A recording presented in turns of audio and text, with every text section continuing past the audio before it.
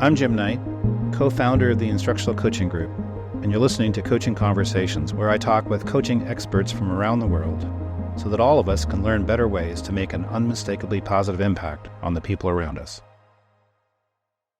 Mileva, it's so great to see you. Last time I saw you, we were in that beautiful building the Department of Education in Victoria created. We were talking about this project, and now we're going to talk about what happened with the project. So I'm so excited to explore with you what you accomplished. But could you tell us a little bit about who you are, where you work, and just a little background information? I'd be so grateful.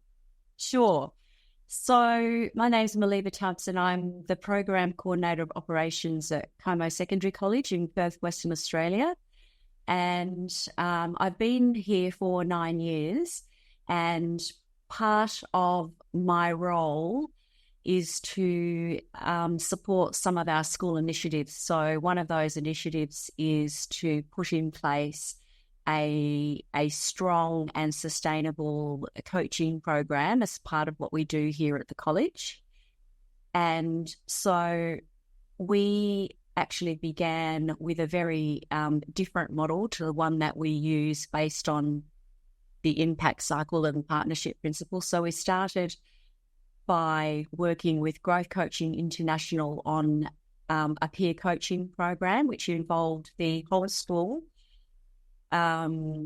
working together, teacher to teacher, peer to peer, to improve instructional practice and improve the student outcomes at the college. So we did that for about 4 or 5 years, but we found some challenges with that process.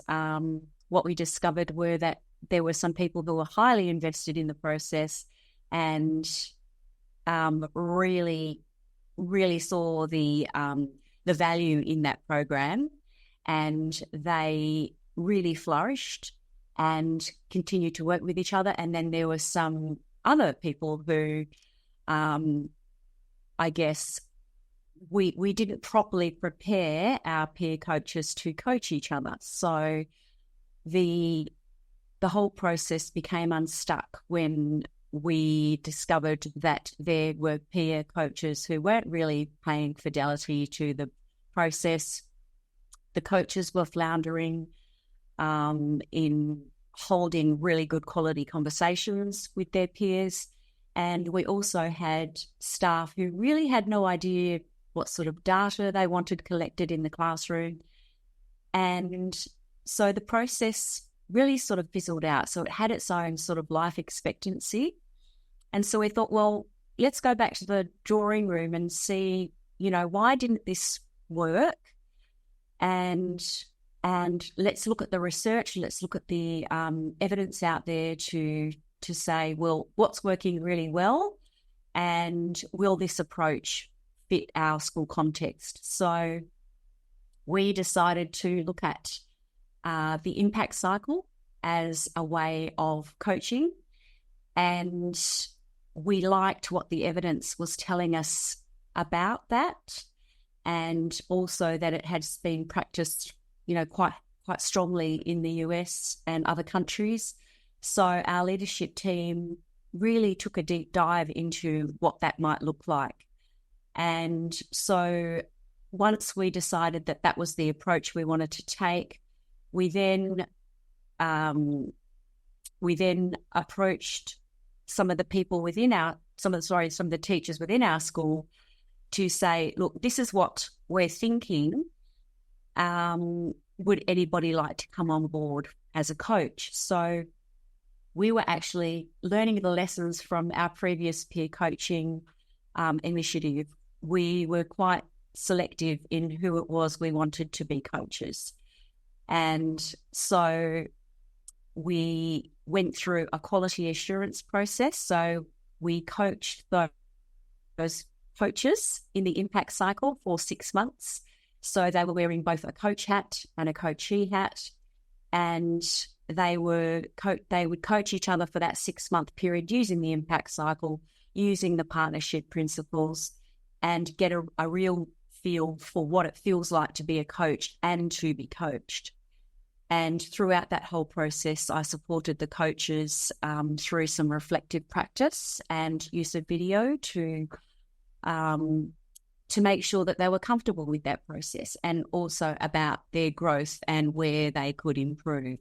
So before we unleashed our coaches into the school, we were really happy with that process. And so when we introduced our coaches to the school the following year, we not only looked at the theory behind the impact cycle and the partnership principles, but we also provided, real life examples of what that coaching looked like. So our teaching staff got to see conversations, they got to see videos of teaching practice, and they got to feel that sense of our coaches really working in partnership with our teachers.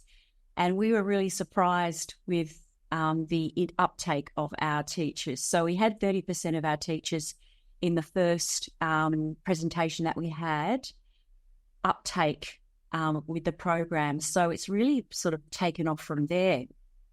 And we've had a lot of success, and we've been able to sustain the program, obviously with system support as well, to make sure that we're able to continue the program with the fidelity which we wanted to approach it. So that's sort of how I've come from a previous place of a very different peer coaching process to the one that we have now. I hope that answered your question. No, that's great. And so you came to the institute that we did in Australia in Melbourne. Did other colleagues of yours, or were you the only person from Perth who came to the institute? Yes, I was the only person from Perth who came to the institute, and it was really important for me to engage in that. We were, because we had just commenced this particular research project that we're going to be talking about today. So I wanted to, I guess, reinforce what we were doing to support this project, because it was really important that not only to lead the project, I had to have a deep understanding of what the impact cycle was. I had to have an understanding of those partnership principles. You have to have a deep understanding of the best ways to go about supporting our coaches. So it was really important to me, as part of this project, ongoing project, to really look closely at some of those things to support the work that we were going to do. You mentioned the partnership principles a few times. Yes. How did they factor into what you were doing? How important were they? What was their relevance within your coaching model? They're absolutely essential in our coaching program. They really, I think they really determine whether the coaching is going to be successful or not. And it's not just about how we work with our peers, but it's also about how our coaches should conduct themselves about in their beliefs and in their habits. And so they were crucial to how they would work with our coaches so that our coaches would feel safe, that they wouldn't feel judged, that they were really being listened to and heard, that they were in the driver's seat for making decisions about what that coaching would involve, the types of data that were collected. So this was really essential to me, that our coaches always go back to those partnership principles through those conversations. So when they reflect on conversation through video, we actually get the partnership principles out. We bring them back to front of mind and look at those conversations and say, was that a reciprocal conversation? Was it a real dialogue? Was that sort of that sense of flow in that conversation? So they're absolutely crucial to everything that we do. That's so interesting. I was trying not to ask a leading question, but it might have been a bit of a leading question. So you established a collective. Tell me about the whole story of the collective. Sure. So we had already started work with the impact cycle at Como Secondary College, our principal is part of the Curtin Education Community Network, and they meet on a termly basis. So we have 4 terms here. And the network of principals, so there's a network of 15 schools, and so we're a conglomerate of 12 primary schools and 3 secondary schools. And part of the network's work is to develop an operational plans and strategies to meet the goals of that network. And so one of the goals of the network was to ensure that we were improving students' achievement and engagement. And also nestled within that was a leadership initiative. And we saw that our instructional coaches are also instructional leaders. So it's not just our principals who take on those sorts of roles. So they saw the value in including an instructional coaching program as part of that leadership initiative. So we decided to host a impact cycle workshop with 32 coaches across the network. And at the end of the first day, there was such a really positive vibe and energy within the room on that first day. And so I thought, I was sitting there and thinking, well, how do I harness this energy? How do I harness this so that we are actually working across our network in a real, authentic way? And how do I get this group of people to work on a collective initiative, if you like? So we were all working towards the same thing. It didn't matter whether we were in a primary school. It didn't matter that we were in a secondary school. We were all working to improve student outcomes and to improve the lives of teachers. So I thought, how can we do this? So I went away that evening and I thought, maybe we need to come together and develop a strategy where we were able to work towards a collective of coaches who met regularly, who could support each other, who could really improve the outcomes for our students across the network. And so we had to think, well, how can we do that? What's the best way to do this? So we actually looked at your work, Jim, in the 7 success factors for success of a coaching program. And that's where the Instructional Coaching Collective was born. So the collective consists of approximately 40 teachers trained in the impact cycle. And it's led by a group of 6 teachers who come from primary schools and secondary schools, so all very different contexts. And we meet once a term, and we commenced by developing an operational plan. So we have a vision statement. We also have a list of things that we do to support the coaches within our schools. We also aim to support the work of our principals to make sure that they're feeling supported in their work with their instructional coaches. And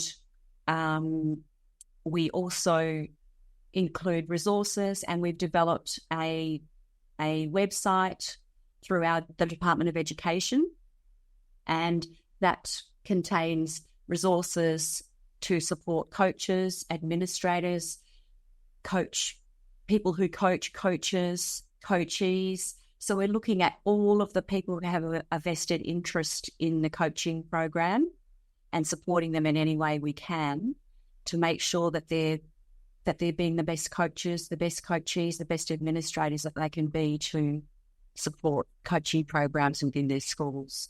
So that's how the collective came about. And then the idea for the research study was you felt some positive momentum and you wanted to keep it going. Is that the idea? Yeah, absolutely. So we know that resourcing for projects like these a lot of resourcing actually comes in the time that coaches need to do their work. So we thought, well, we were funded by the Curtin education community to do some of this work, and we were also interested in justifying the work that we were doing to our principals. So it's really important that we collected data to show our principals that actually the work that we're doing is highly effective.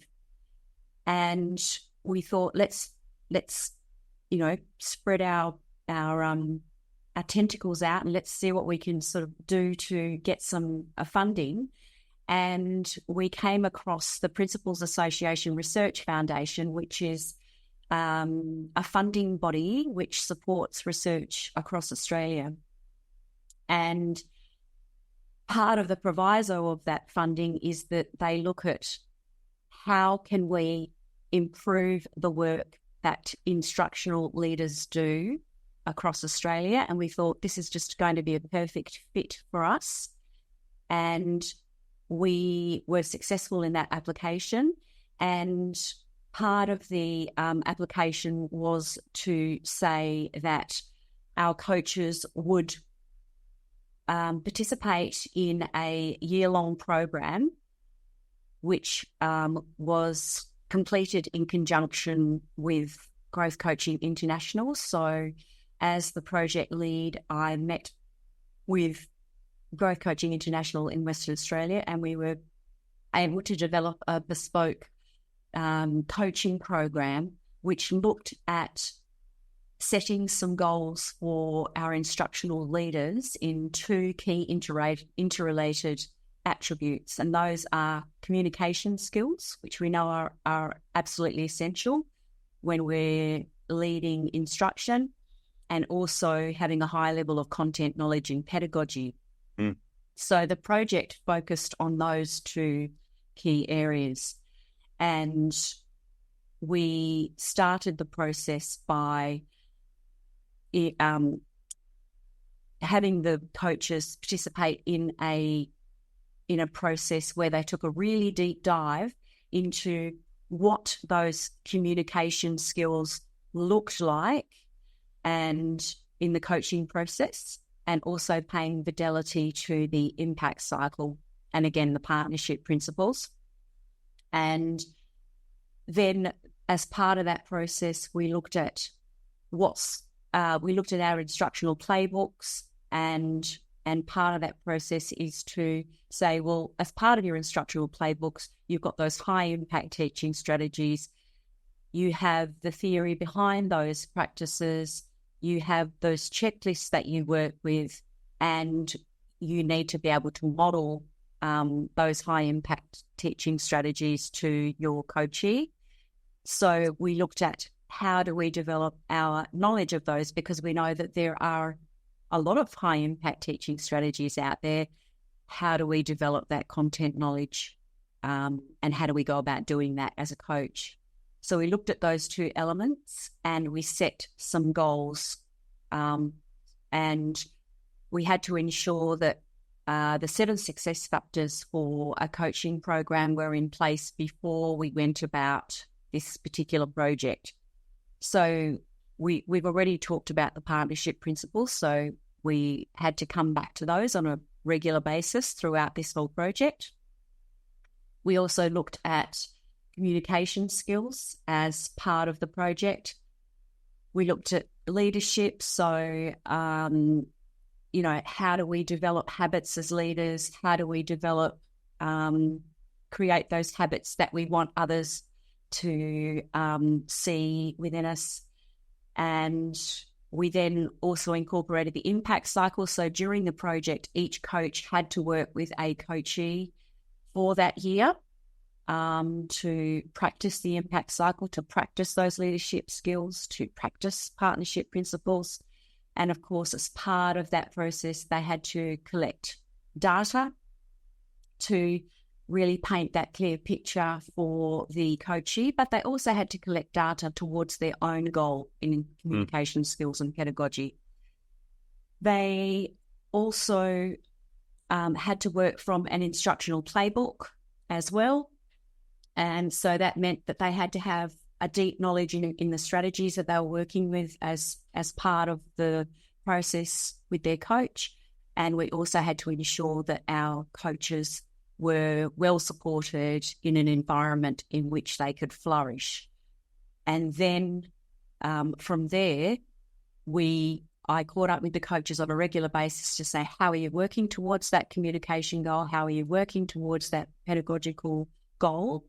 And then we met again at the end of the year. So at the beginning of the intervention, we applied a rubric that we adapted.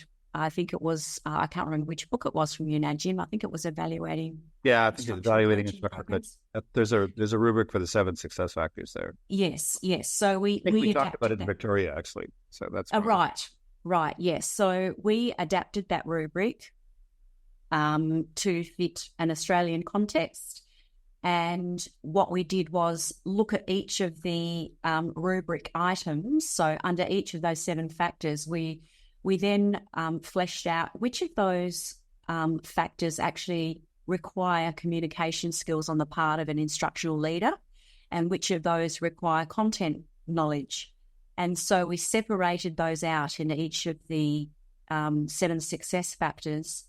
And so the data that we collected, we were able to see whether or not, for example, when we look at the impact cycle, for example, we know that coaches require communication skills in order for a teacher to recognise, well, which part, so let's say, for example, we go to, the teacher has to identify a goal, then we need really good communication skills as a coach to identify where we might want to focus our teaching strategy. And also as part of that, we require content knowledge as an instructional coach. So we can direct the teacher to perhaps the best teaching strategy to help them hit that goal. And so we applied that process to each of the 7 success factors. And so we collected that data pre and post the project. So the coaches were involved in a year-long project which looked at both of those key attributes and whether or not the coaching process had an impact on those 2 attributes. And so the results of that research were we were very, very surprised at the research. Although we had a small cohort, so we were only looking at 11 coaches within this process and 20 coachees, we were really surprised with the results. So would you like me to tell you about the results? Yeah, tell me about the results. Yeah, sure. So so what we did was if we look at the impact cycle, the impacts, engaging in an impact cycle with a coach and a coachee came out at a very high impact. So the content knowledge in pedagogy with the impact cycle was very high for both coaches and coachees, both pre and post the intervention. So, and also the instructional model was also instrumental in improving instructional knowledge in content knowledge in pedagogy. And the impact cycle also had an impact on the communication skills of our coaches. We found that there was actually less change when it came to the leadership success factor for content knowledge and communication skills. And we put that down to actually selecting coaches in the first place who have those skills. Mm-hmm. So there was very little difference in that. We did find that when we look at the partnership principles, these also had an impact on the way our coaches communicate with our coachees. So the results really were very encouraging and told us that by participating in an instructional coaching program and making sure that you have those 7 success factors in place, you can improve the communication skills and pedagogical knowledge of instructional coaches in a nutshell. And teachers too, though. And teachers, yes. Pedagogical knowledge of the teachers. Absolutely, and the teachers and the coaches. Right. What were some of the challenges with your study as you're putting it together?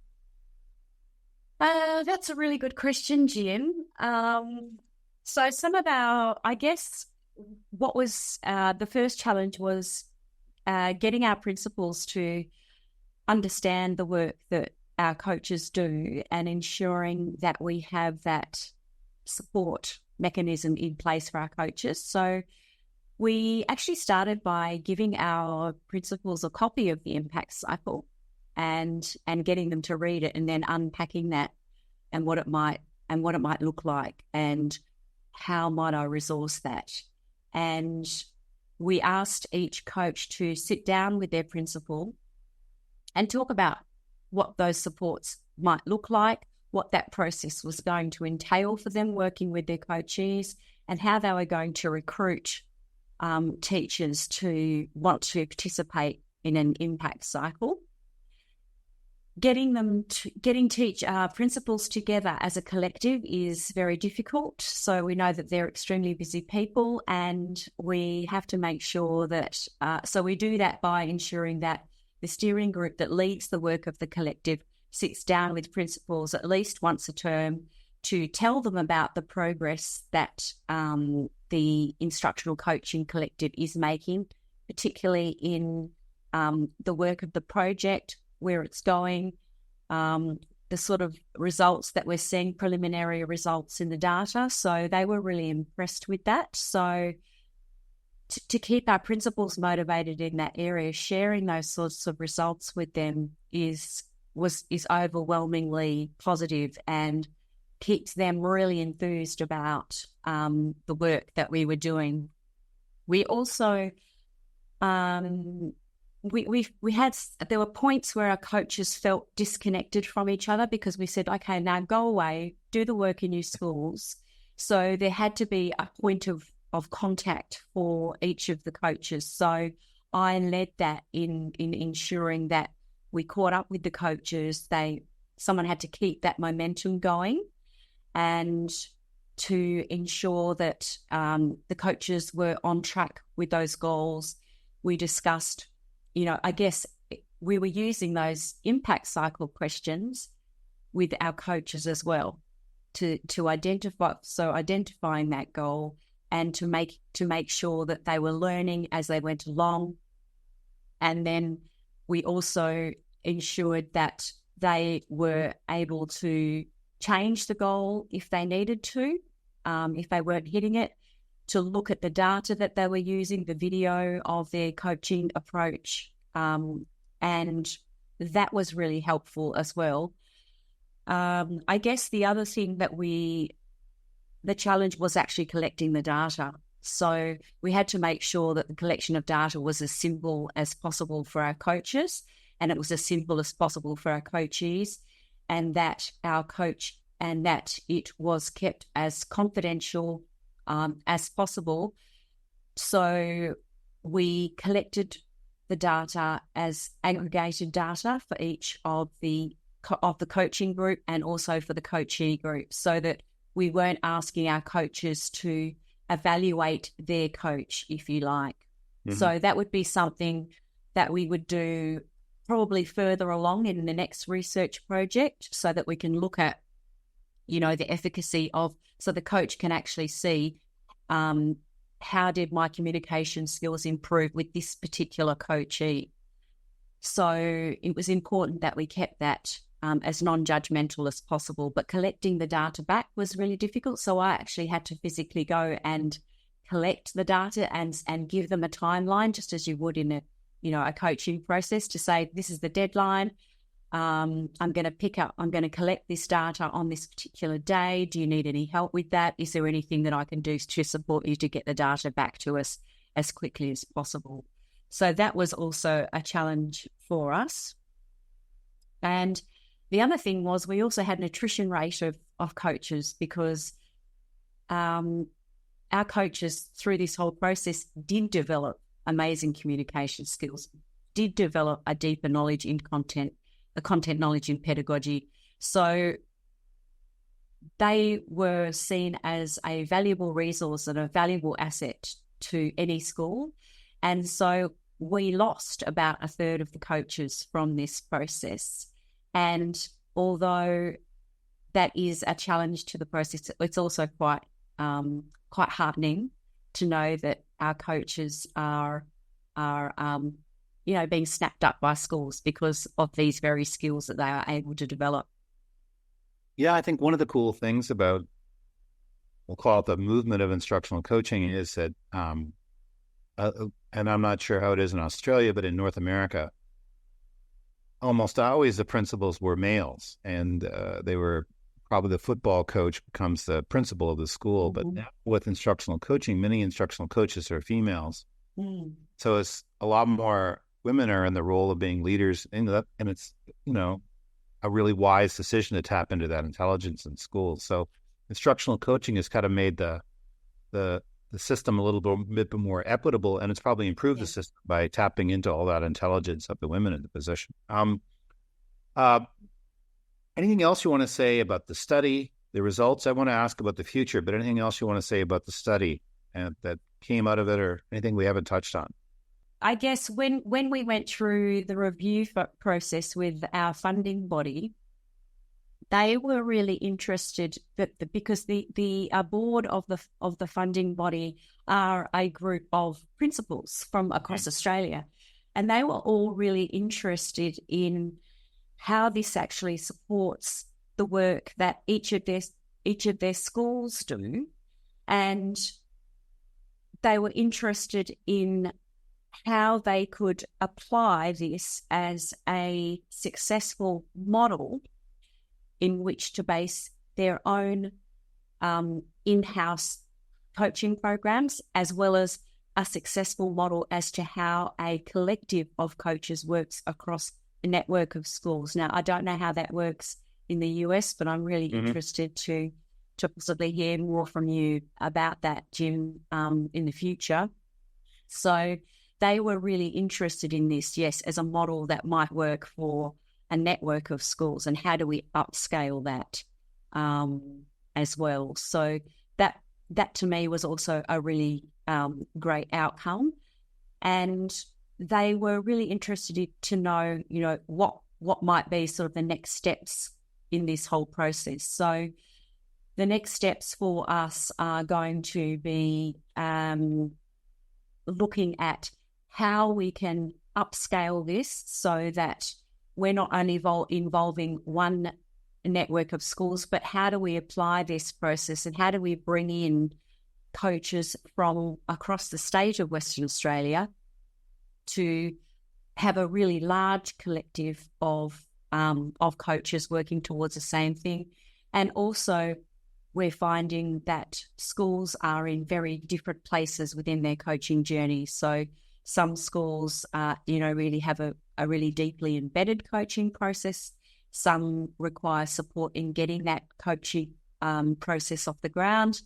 So it's trying to manage where each school might be in their coaching journeys and supporting that. So it's been, I guess, reflexive in that approach to schools. So that's sort of where the collective is heading at the moment. And we're also really interested in, I guess the next step for our research is going to be the types of goals that teachers collect. So that, it might be a goal to do with achievement, it might be an engagement goal, and collecting and looking at what types of goals they want to achieve, and the impact that is actually having on student outcomes and the lives of teachers. So that's kind of where we're coming from in our next step, I guess. Well, I love that. I think that does make a lot of sense. But I like how you started too, because there's some key things. Partnership principles are kind of a way of interacting that's going to decrease the likelihood of resistance, or perhaps a positive way to put it is to increase the likelihood of alignment between the coach and the teacher, focused on what matters the most to the teacher. The impact cycle gives you a a framework for having that conversation to set and hit goals. And the communication skills give you a way of interacting that's going to build healthier relationships. So there's a lot of things you were looking at in that first round, but now to say, okay, what were the goals that were set and what goals were hit? That'd be exciting to look at next time as we work it through. Now you've written a report about this. Can people access the report? Yes, they can. They can access the report through the Principals Association Research Foundation. And if you look under the research publications, you will see that it is a completed research project. And then your website, is that available to everybody if people want to access the website? No, unfortunately, it's not. Okay. It's only available to Department of Education. Well, we won't ask about that. Teachers. It's okay. But it is something that we are looking to do. However, a lot of, we're developing resources like instructional playbooks, like checklists. And I know that there are a lot already available through the instructional coaching group. However, there are a number that obviously we have developed. What we'd really like to see more of is our coaches being really comfortable in providing video examples of coaching process. And I'm one for really looking at coaching conversations with warts and all, because we know that coaching conversations, they're not all perfect. And so I'd just really like to see natural examples of our coaches working with our teachers and having access to more of those to really see that, this is a really humbling experience. There's a lot of humility involved in coaching and being coached. And so that's also something we'd love to have a really good repository of those sorts of videos as well. So that is something that we would be looking to share with others. I love it. I can't wait to see all of that. If you're going to sum up your whole experience in a few key statements, what would you say you've learned over the last year? What's your big takeaway from your study this year?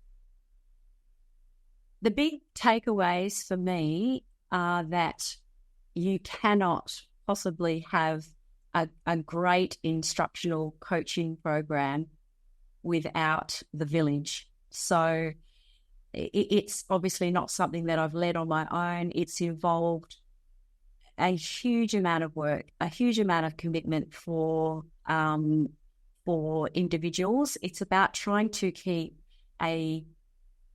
those important stakeholders invested in the process. So I think that's really important.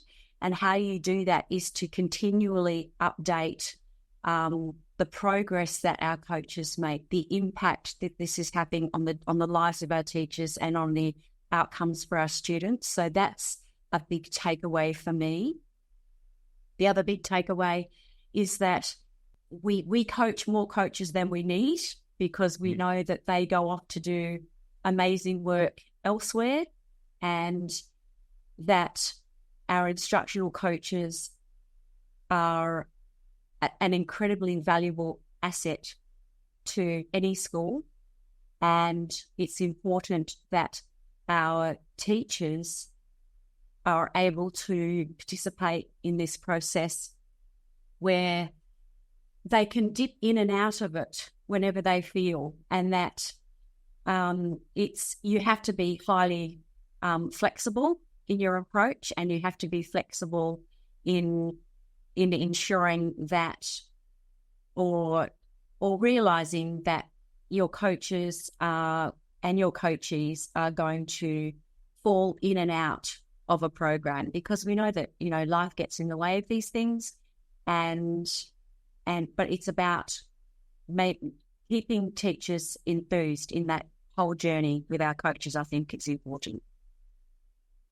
Yeah, what struck me about our conversation today is how you are developing leaders while developing coaches. That's really, even though it limited your numbers for your research study, yes, it is significant. That's worth pursuing, looking at a little bit more too. how does developing instructional coaches help you develop leaders? That's a pretty interesting thing. And Yes. the other thing I took away is I love the way you sort of put pieces together. So you said, well, we have this framework of the 7 success factors, but we can take the rubric from evaluating instructional coaching. We can use the rubric to assess what happened, but you always also use, which I would hope it would be, you use the 7 success factors as your framework for professional learning for your coaches. So you put the pieces together in the way we would hope it would happen. So it's exciting to hear what you've accomplished. Mm-hmm. Mileva, thanks so much. Hope I get to see you when I'm in Australia. I don't know. Melbourne's a long way from Perth, but It is a long way. You know. But and maybe some other folks will come to the institute. It's a real pleasure to be doing that institute. But to have this grow out of that institute is really validating and rewarding. So I'm so grateful for what you've accomplished and your commitment to kids that's manifested in your commitment to teachers. I really am grateful for it.